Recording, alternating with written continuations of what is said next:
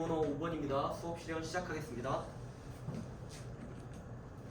자, 우리 모둠별로 다 앉은 것까지 확인했고 우리 선생님이 아이북에 자료 1을 올려놨어요. 우리 다 같이 아이북에 있는 자료 1번 만화를 다 같이 보도록 할까요? 혹시 이 만화 내용 읽어줄 친구 있을까요? 뒤에 있는 민수가 한번 큰 소리를 읽어줄래요? 네, 우리 민수가 잘 읽어주었네요. 우리 아이북에 있는 이 만화는 어떤 내용이었죠? 맞아요. 어머니와 아들이 신발 구매와 관련해서 어려움을 겪고 있는 만화 내용이었어요. 이 만화 내용에서 아들과 어머니가 어려움을 겪는 이유가 무엇인지 발표해볼 친구 있을까요? 현수. 네, 맞아요. 운동화의 디자인이 거의 비슷해서 어머니가 지금 잘못 구매하고 혼동을 겪고 있는 상황을 나타내고 있어요. 자, 이러한 운동화의 디자인이 비슷하고 모양이 같아서 혼동을 겪는 경우에 이 문제를 어떻게 해결할 수 있을까요? 발표해볼 친구 있을까요? 호준이가 발표해본다고 하네요. 디자인이나 모양을 헷갈리지 않도록 디자인이 어떠한 인증마크, 이러한 소유물임을 나타내는 마크가 있으면 좋다고 호준이가 잘 말해주었어요. 그래서 오늘은 이러한 디자인을 포함해서 여러가지 지식재산권에 관련된 권리를 한번 배워보는 시간을 가지도록 할게요. 그러면 학습 목표 한번 큰 소리로 읽어볼까요? 네, 다들 잘 읽어주었네요. 그래서 오늘 배울 단어는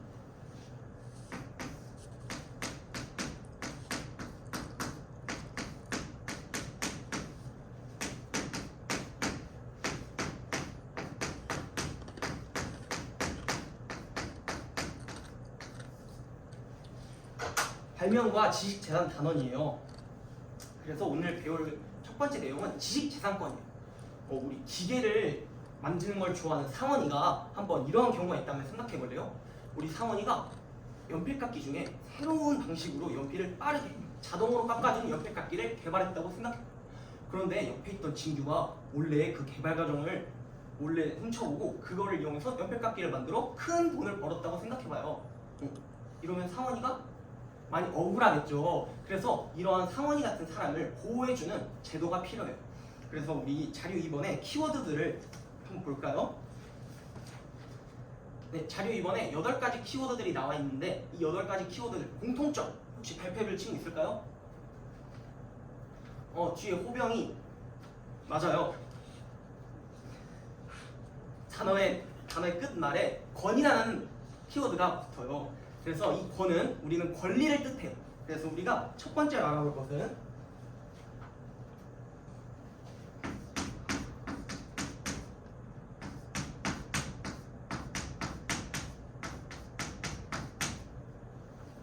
지식재산권이에요. 아까 상원이 연필깎이를 예시로 하듯이 우리 지식재산권은 이 세 가지로 나눌 수 있는데 우리가 권이라는 건 아까 무엇이라 했죠? 맞아요. 권리라고 하였어요. 그래서 지식재산권이라는 것은 우리가 이 지식을 활용해서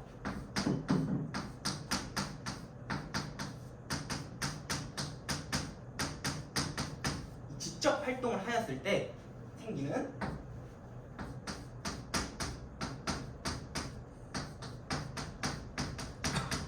모든 재산에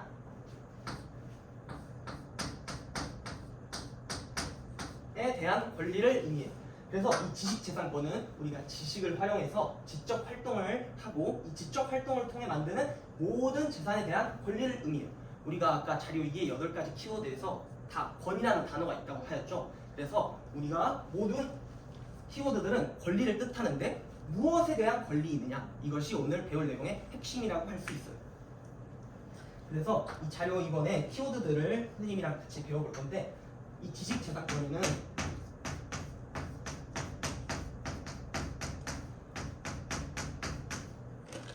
크게 일단 3가지로 나눌 수 있어요.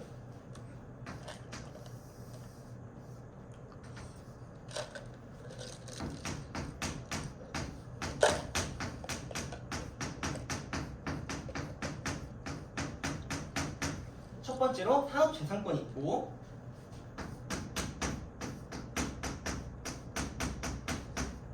두 번째로 저작권이 있고 다음 세 번째로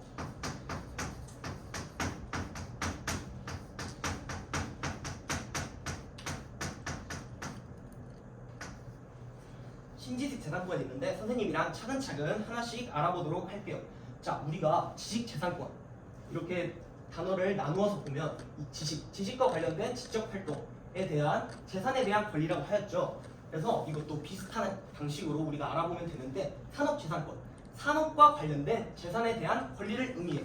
우리가 산업에서도 아까 상원 연필깎이와 같은 상황이 많이 발생할 수 있는데 이러한 상황을 그러할 때 창작자에 대한 이익을 보호하기 위한 권리를 의미해요.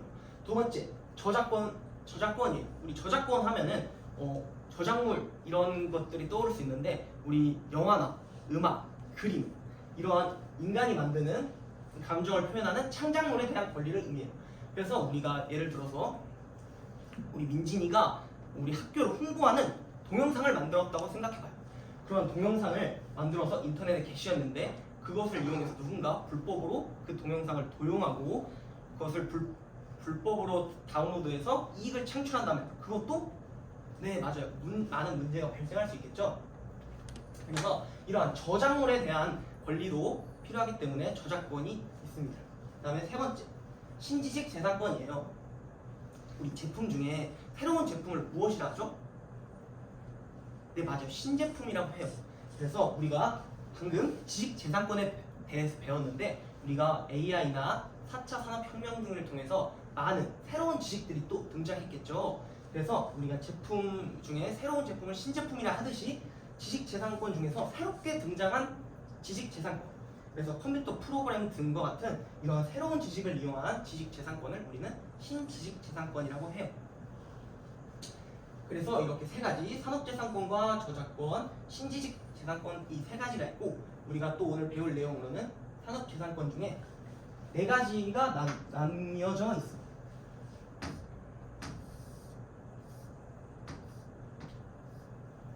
첫 번째로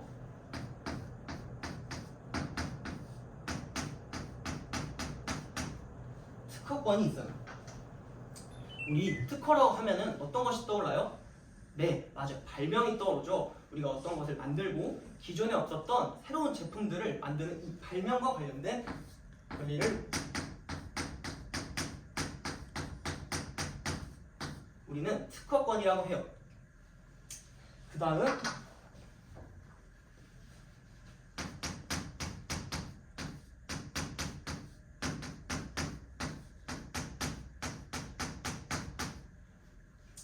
다음으로 알아볼 것은 실용신앙권이에요.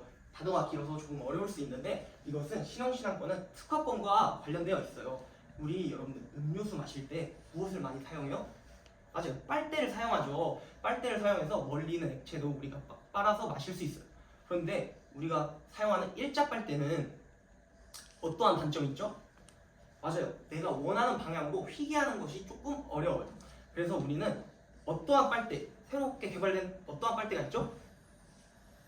맞아요. 주름 빨대가 있어요. 그래서 우리가 기존에 없었던 주름 빨대를 기존의 빨대에서 빨대 주름을 넣어서 우리가 원하는 방향으로 이쪽 저쪽으로 휘게 할 수 있는 주름 빨대.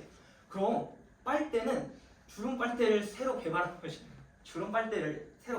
아니라 기존에 있는 빨대에서 주름을 넣어서 그 제품을 개선시킨 거죠.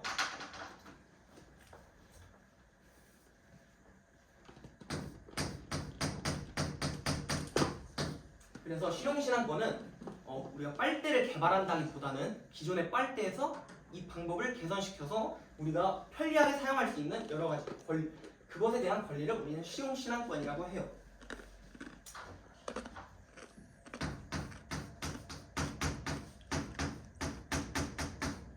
다음 세 번째로는 디자인권이에요. 우리가 아까 자료 1에서 보았던 만화에서도 어머니와 아들이 이 디자인과 관련돼서 하는 곤혹을 치렀었죠. 그래서 이 디자인은 우리가 만드는 제품의 외관이나 모양, 색상 등에 영향을 끼치는 권리예요.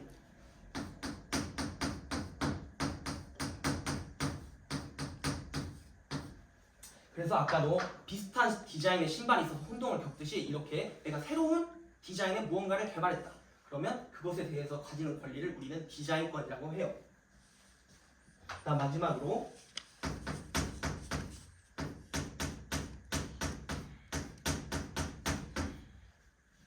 상표권이에요. 여러분들 옷을 살 때 브랜드 옷을 살 때 여러분들 브랜드 무엇이 있죠? 맞아요. 로고가 있어요. 그래서 나이키나 아디다스 등 이런 브랜드들에는 자신의 기업을 대표하는 자신의 기업의 정체성과 이미지를 나타내는 브랜드 로고라는 것이 있어요. 그러한 로고 우리가 함부로 도용해서 사용하면 될까요? 안 되겠죠. 그러한 것들도 다 기업에서 개발하고 권리가 있는 것이기 때문에 우리 이러한 브랜드 로고와 같은 상표에 대해서 가지는 권리를 상표권이라고 해요.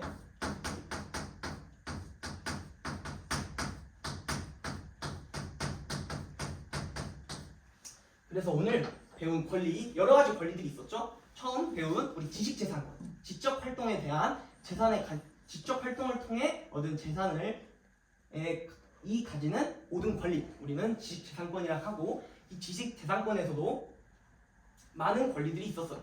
산업과 관련된 재산에 가지는 권리, 산업재산권, 저작물이 가지는 권리, 저작권, 그 다음에 지식재산권 중에서도 새로운 지식과 관련된 권리를 우리는 신지식재산권이라고 하였어요.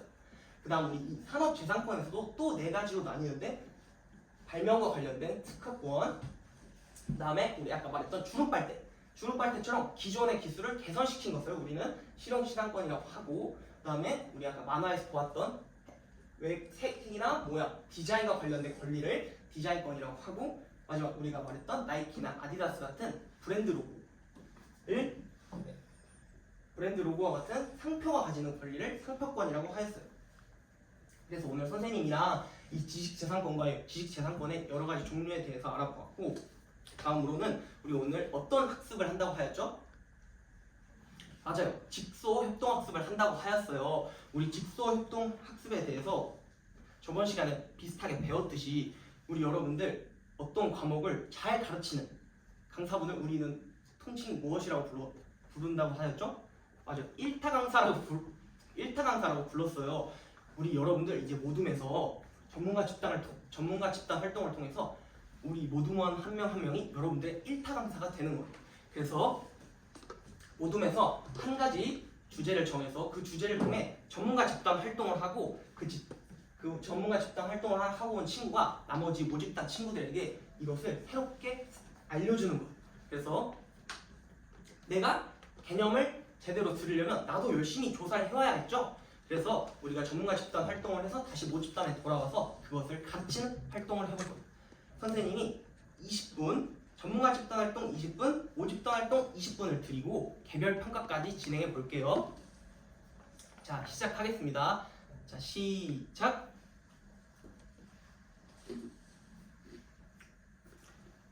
자, 여러분들 약속했던 20분이 지나고 개별 평가까지 한번 진행해 보았어요. 여러분들이 정말 열정적으로 잘 진행해 주어서 모든 활동이 참 보기 좋았던 것 같아요. 그래서 선생님이 개별 평가에 있는 문제를 한번 다시 보도록 하겠습니다. 자, 첫 번째 문제 어떤 문제였죠? 맞아요. 특허권과 관련된 문제였어요. 자, 특허권은 등록일로부터 몇 년의 존속 기간을 가질까요? 맞아요. 20년을 가져요. 여러분들이 다 잘 작성해 준 것 같네요. 자, 다음 실용신앙권에 관련된 문제예요. 자, 실용신앙권은 일반적으로 대발명과 소발명 중에 어떠한 것과 관련된 권리일까요? 맞아요. 소발명과 관련된 권리예요. 그래서 여러분들이 실용신앙권도 한번 알아보았고, 자, 세 번째 디자인권은 특허권과 비슷하게 등록일로부터 몇 년간의 존속 기간을 가질까요? 네, 맞아요. 20년의 존속 기간을 가져요. 다음 마지막으로 상표권에 관련된 문제예요. 자, 상표권은 우리 지속적인 갱신이 가능할까요? 불가능할까요? 네, 맞아요. 가능하다고 아까 전문가 집단 활동에서 다들 잘 해주었네요. 그래서 오늘 이 문제지에 대해서 한번 알아보았고, 선생님이 모둠별로 혹시 틀린 친구들이 있으면 한번 다시 보는 시간을 가지도록 할게요. 자, 그래서 선생님이 다시 수정할 시간 10분 드리겠습니다.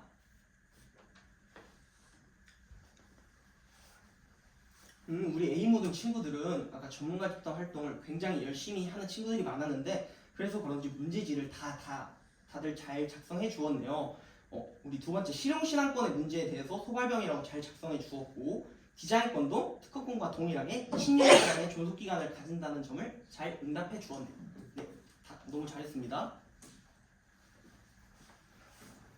우리 비모듬은 조금 어려움을 겪는 친구들이 많았던 것 같네요. 그래서 우리 다시 똑같이 두 번째 문제를 보면 우리 신용신안권은 대발명이 아니라 소발명과 관련된 권리라고 하였죠. 자, 그다음 마지막 문제 상표권을 보면은 상표권에 관련된 문제를 한번 보면 상표권은 지속적인 갱신이 가능하다라고 아까 책에서 잘 알아보았어요. 그래서 혹시 이러한 내용을 수정해 볼 수 있을까요? 네, 좋아요. 선생님 5분 더 드릴게요.